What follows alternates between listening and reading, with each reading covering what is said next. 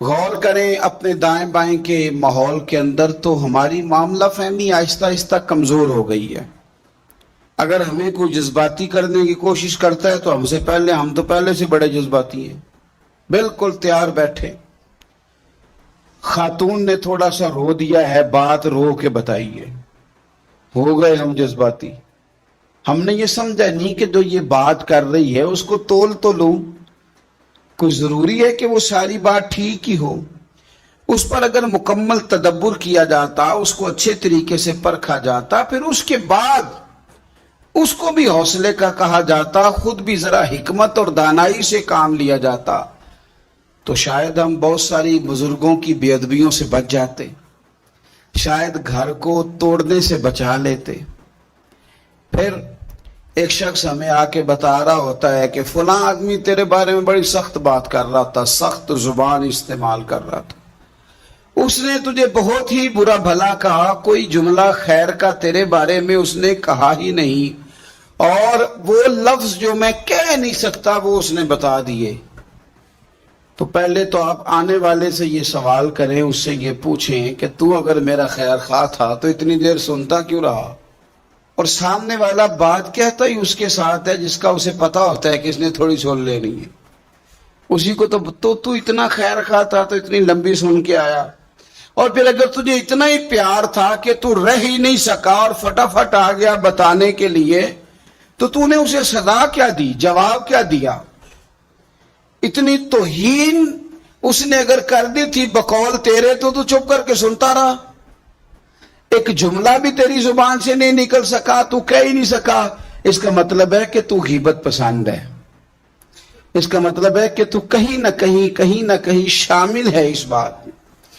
تو معاملات، پھر میں ایک چھوٹی سی گزارش میں نے بزرگوں سے کرنی ہے. نوجوانوں سے تو ہیں ہی ساری باتیں، بزرگوں سے بھی. ہمارے بزرگ جذباتی نہ ہوں تو کمزور ضرور پڑ جاتے ہیں، بڑی جلدی ریٹائرمنٹ لے لیتے ہیں. حالانکہ بچوں کو ہمیشہ چھاؤں کی ضرورت رہتی ہے. وہ جتنا بھی روئے نا، اس کی خواہش ہوتی ہے چپ مجھے میری اماں ہی کرائے، چاہے اس کی اپنی عمر 60 سال کیوں نہ ہو گئی ہو. اس کا دل کرتا ہے کہ میں جب ڈگمگانے لگوں تو فوراً میرا والد آ کے کہے کہ تو فکر نہ کر، میں مسئلے کو دیکھ لوں گا. اس کی خواہش ہوتی ہے. بزرگ کیا کرتے ہیں؟ وہ کمزور ہو جاتے ہیں، بڑی جلدی ریٹائر ہو جاتے ہیں. وہ کہتے ہیں یہ تیرا کام ہے، تو جان اور تیرا کام جانے. تو آپ اتنی جلدی ریٹائرمنٹ لے لیں گے تو بیچارہ تو الجھ جائے گا، بڑی ساری آزمائشوں میں آ جائے گا. آپ اگر اپنی شعوری عمر کو بڑا کریں، شعوری، ہمارے ہاں نا ہماری ویسے عمر بڑی ہوتی ہے، شعوری عمر نہیں بڑی ہوتی. اللہ تعالیٰ سب کے بچوں کو صحت عطا فرمائے. لیکن جو بچے اب نارمل ہوتے ہیں نا، ان کے بارے میں ڈاکٹر یہ کہتے ہیں کہ یہ خود 14 سال کا ہے، اس کا دماغ 1.5 سال کا ہے. یعنی اس کی جسمانی عمر بڑھ گئی ہے، ذہنی عمر ابھی چھوٹی ہے. ہمارے یہاں بہت سارے لوگ ایسے ہیں جو شعوری طور پر بڑے بچے ہیں، ایسے ضدیں کرتے ہیں کہ جیسے چھوٹا سا بچہ ضد کر رہا ہے. شعوری طور پر کمزور ہیں، ابھی بھی وہ حرکتیں کرتے ہیں جو بڑے چھوٹے جوانوں کو کرنی چاہیے، جو نو عمر نو خیز لوگوں کو کرنی چاہیے وہ والے کام کرتے ہیں. الا ماشاء اللہ. تو حکمت کے ساتھ، تدبر کے ساتھ، دانائی کے ساتھ اپنی زندگی کے معاملات کو لیں. آپ جذباتی نہ بنیں، آپ تھوڑا وقت گزاریں. آپ کوئی بھی معاملہ ہے، قرآن پاک نے نا بار بار کہا کہ رب کی ہستی پر بھی غور کرو، وقوع قیامت پر بھی غور کرو. قرآن اللہ کی کتاب ہے، پر شرط یہ ہے کہ تم غور کرو، شرط یہ ہے کہ تم غور کرو. رشتے بھی نبھائے جا سکتے ہیں، پر کاش کہ ہم غور کریں. تدبر نہیں، غور و غوض نہیں، معاملہ فہمی نہیں، شعوری بات. ایک ہوتی ہے بحث کی گفتگو. بحث کی گفتگو آپ سارا دن کریں، کوئی نتیجہ نہیں. آپ بیٹھ کے آپس میں مناظرہ 2-3 دن کریں، کوئی رزلٹ نہیں. لیکن حکمت کا ایک جملہ سوچ کے زاویے بدل دیتا ہے.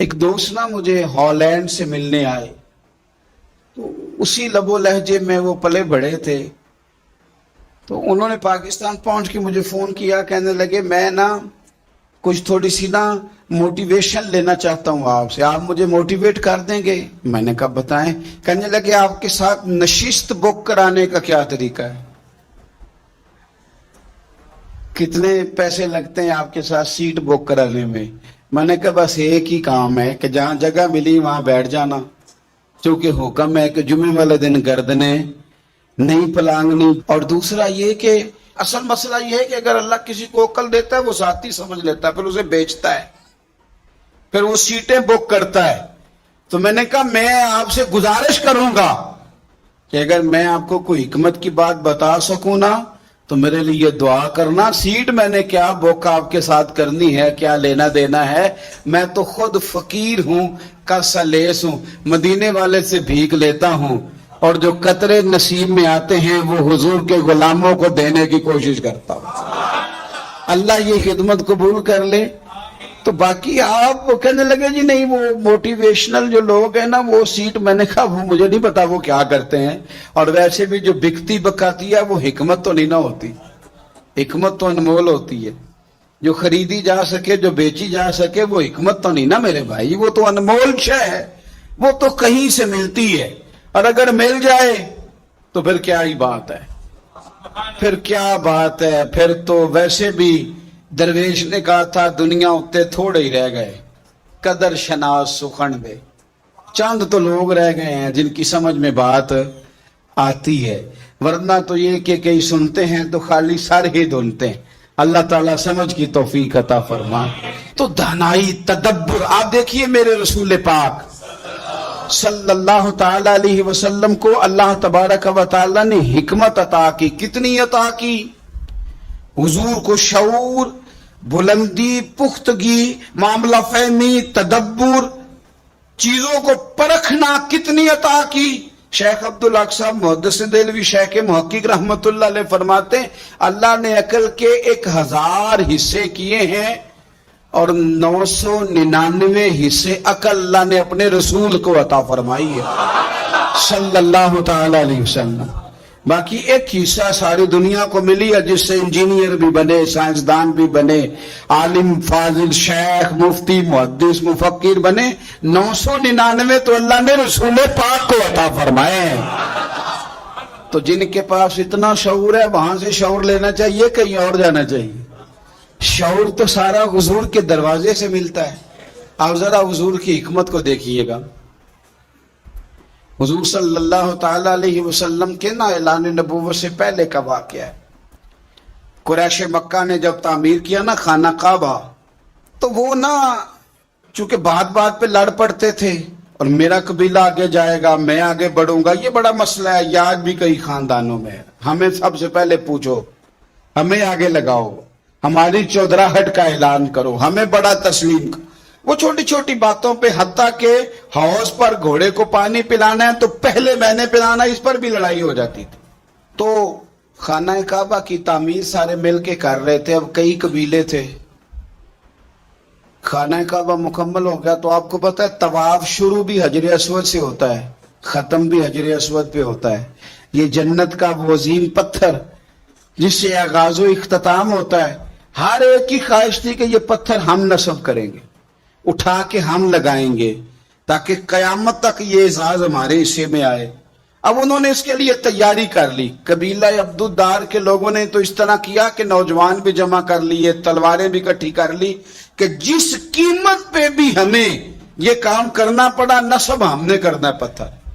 ایک پیالے میں خون رکھ کے اس پہ ہاتھ ڈال کے انہوں نے قسمیں بھی اٹھا لی کہ ہم بھی یہ کام کریں گے، ہر قبیلہ یہی کہہ رہا تھا۔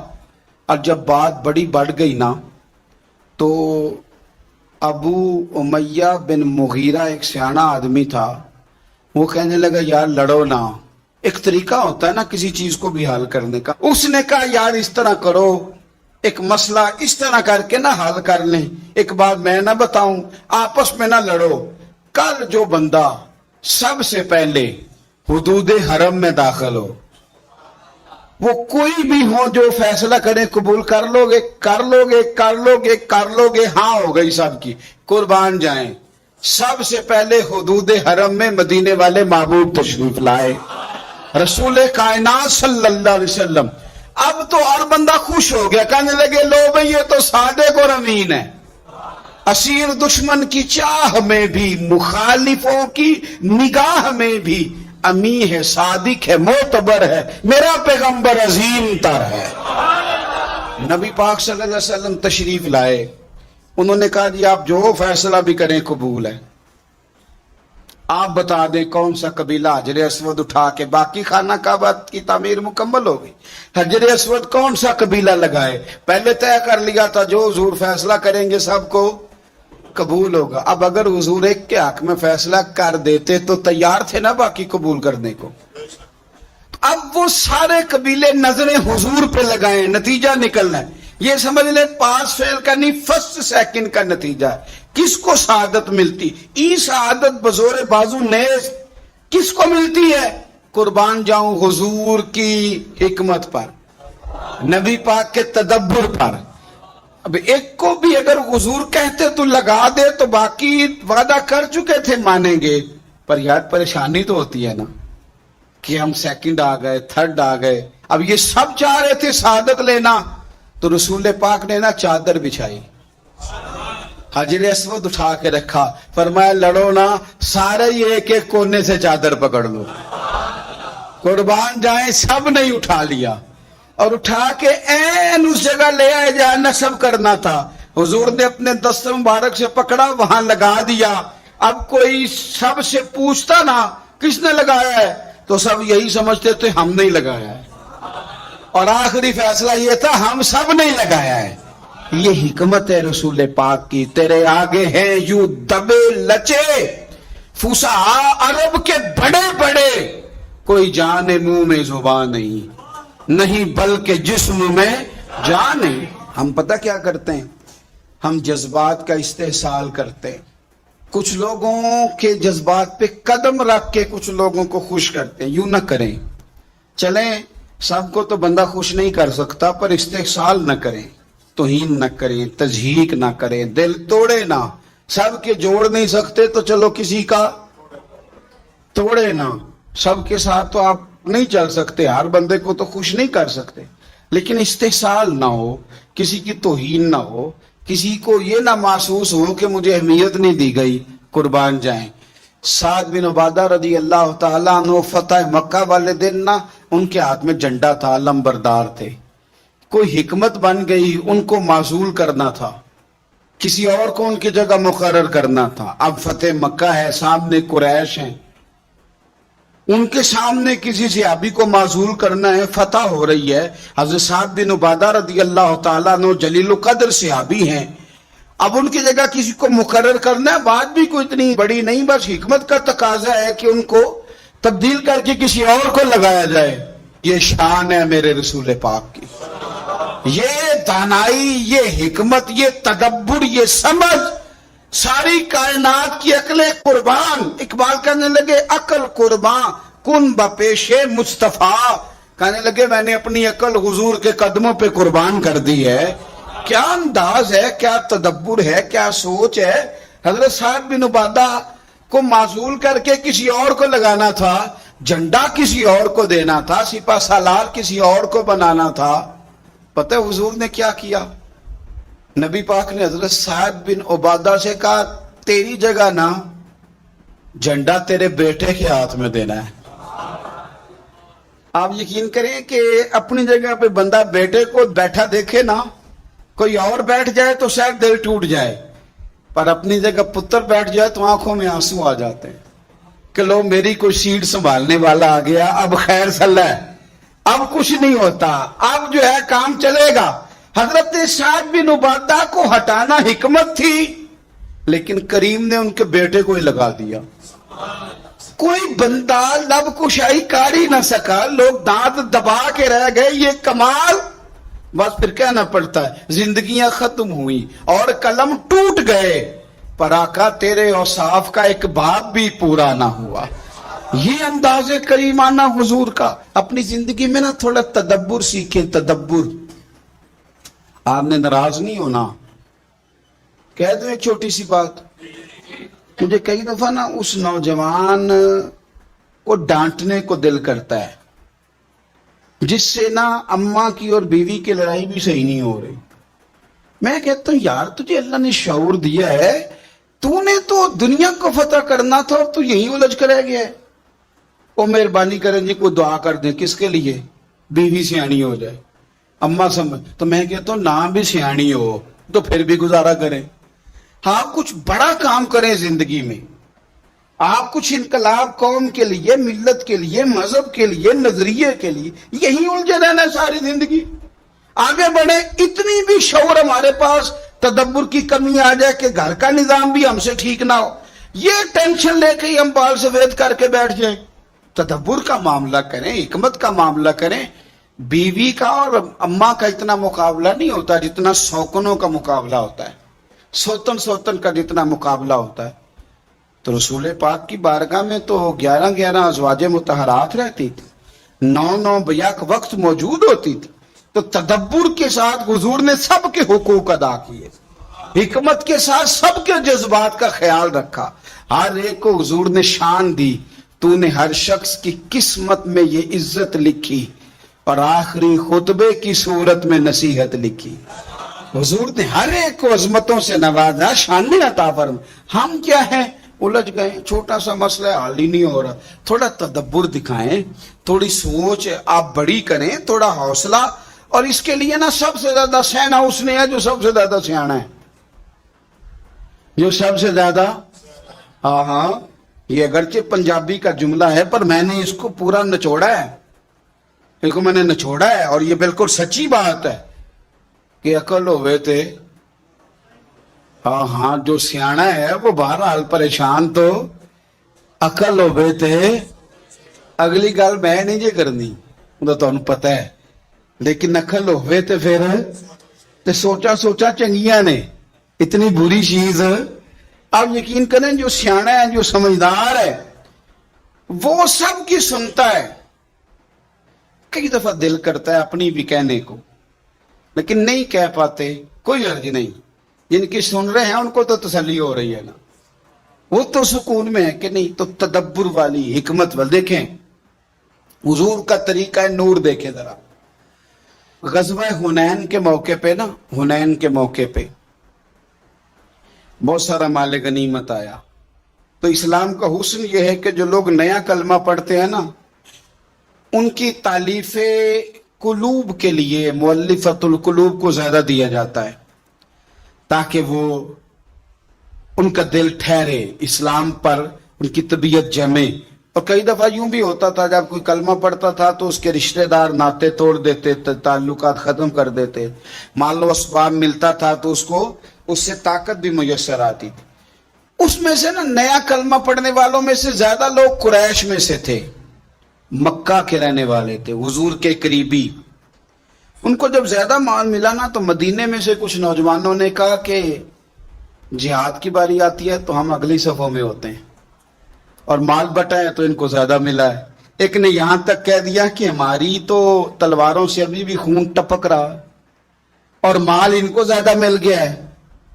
نبی پاک صلی اللہ تعالی علیہ وسلم نے حضرت سعد بن عبادہ کو بلایا, بلا کے فرمایا یہ بات ہوئی ہے؟ یا رسول اللہ ہوئی ہے. فرمایا بلاؤ نا سب کو. سب کو حضور نے ایک جگہ پہ جمع فرمایا. ذرا انداز دیکھیے گا بات کا. کریم محبوب علیہ السلام فرمانے لگے کیا تم لوگ گمراہ نہیں تھے؟ اللہ نے میری وجہ سے تمہیں ہدایت نہیں دی؟ اہل مدینہ سے بات ہو رہی ہے. اور حضور علیہ السلام نے فرمایا کیا تم تنگ دست نہیں تھے؟ میری وجہ سے اللہ نے تمہیں وسعت نہیں دی؟ کیا تم آپس میں لڑا نہیں کرتے تھے؟ میری وجہ سے اللہ نے تمہیں محبت نہیں عطا کر دی؟ یہ حضور نے بات کی. اب ان کی نظریں جھک گئیں. کیا کہتے ہیں؟ کہتے ہیں یا رسول اللہ, اللہ اور اس کا رسول ہی بلندیوں والے ہیں, اور اللہ اور اس کے رسول کا یہ احسان ہے سارا ہم پر. اب حضور سامنے والے کے جذبات اور اس کے حضور کہہ دیتے، ڈانٹ دیتے، کوئی بات کر دیتے، حضور کرتے تو اس کو بھی قبول کرتے، لیکن حضور نے ڈانٹ کر بات کو کچلا نہیں، بلکہ حکمت کے ساتھ جذبات کو ایک نیا رخ عطا کیا۔ حضور فرمانے لگے تم میری بات کے جواب میں کہہ سکتے ہو کہ یا رسول اللہ، اہل مکہ نے تو آپ کو تکلیف دی تھی، ہم نے آپ کو یہاں رہنے کو جگہ دی، تم کہہ سکتے ہو کہ یا رسول اللہ صلی اللہ علیہ وسلم یہ تلواریں لے کے آئے تھے، ہم تھے جو دفاع میں آگے بڑھے، تم کہہ سکتے ہو کہ ہم نے مال اسباب آپ کی خدمت میں، تم کہو نہ کہو۔ وہ رو پڑے کہ نہیں حضور، ہم کون ہوتے ہیں، یہ تو اللہ رسول کا احسان ہے، یہ تو اللہ رسول کی بلندیاں ہیں۔ اب وہ باتیں نہ، پہلے ان کے جذبات اور تھے، اب بات آنسوؤں میں آ گئی، درد میں آ گئی، رو پڑے۔ عاشق دا کام ہی رونا توڑنا تے بنا رویوں نہیں منظوری، یہ عاشق سدا ہی روندا رہندا ہے، پاویں وصل ہوئے پاویں دوری۔ وہ رو پڑے نا تو اب حضور نے ایک جملہ کہا جو ساری صورتحال ہی بدل گیا، ایسی حکمت والی بات۔ حضور نے فرمایا میرے بھولے بالے غلاموں، تم یہ پسند نہیں کرتے کہ وہ اپنے گھروں میں جائیں گے تو بھیڑ اور بکریاں لے کے جائیں گے، اور تم جب مدینے جاؤ گے تو اللہ کے رسول کو ساتھ لے کے جاؤ گے؟ تم یہ پسند نہیں کرتے کہ میں تمہارے بس پھر تو نہ جذبات تھے کہ وہ آنسوؤں کے رستے بہہ گئے اور ان کی خوشی کا کوئی ٹھکانہ ہی نہیں۔ یہ تدبر ہے، یہ حکمت ہے۔ حضور جذبات کو صحیح رستہ۔ نبی پاک صلی اللہ علیہ وسلم مکہ شریف سے مدینہ آئے، کچھ دن حضور نے مسجد قباء کے پاس قیام کیا، پھر حضور آگے بڑھے مدینہ شریف کی جانب۔ ہر ایک کی خواہش ہے حضور میرے گھر میں رہے، ہر ایک کی خواہش ہے حضور میرے گھر میں رہے۔ توجہ ہے میری بات پر؟ بندے کو کچھ لوگوں سے پیار زیادہ ہوتا ہے، وہ اس لیے کہ کچھ لوگ نوکری زیادہ کرتے ہیں، ڈیوٹی زیادہ کرتے ہیں، غلامی زیادہ کرتے ہیں، محبت زیادہ کرتے ہیں، کچھ لوگوں سے پیار زیادہ ہو جاتا ہے، لیکن نفرت تو کسی سے بھی نہیں نا، دل میں بیزاری تو کسی سے بھی نہیں نا۔ یہ تو نہیں نا کہ فلانا بالکل فارغ ہے، یہ تو نہیں ہو سکتا۔ چلے محبت زیادہ ہو سکتی ہے لیکن کوئی بالکل فارغ تو نہیں نہ ہو سکتا۔ قربان جائیں، ہر ایک کہہ رہا میرے گھر آئے، میرے گھر آئے، میرے گھر آئے۔ اب اگر حضور خود فرما دیتے نا کہ فلاں کے گھر جاؤں گا تو شاید کچھ دلوں میں بات آتی، پر میرے رسول پاک کی حکمت، نبی پاک کا تدبر، حضور کا کمال، فرمایا بھی تم میری اونٹنی کا رستہ چھوڑ دو، میں نے یہ کام ہی اللہ کے سپرد کر دیا ہے۔ میری اونٹنی معمور ہے، جہاں رب حکم دے گا چاہے گا وہاں بیٹھ جائے گی، جہاں رب چاہے گا، تاکہ کسی کے دل